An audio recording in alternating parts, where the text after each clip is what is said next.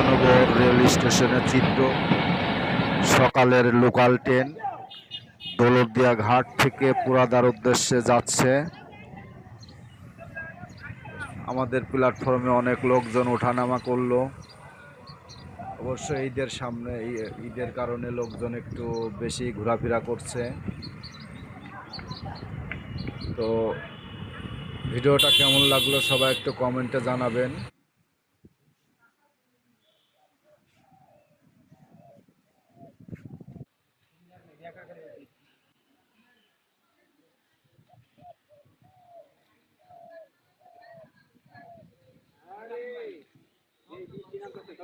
কি অবস্থা?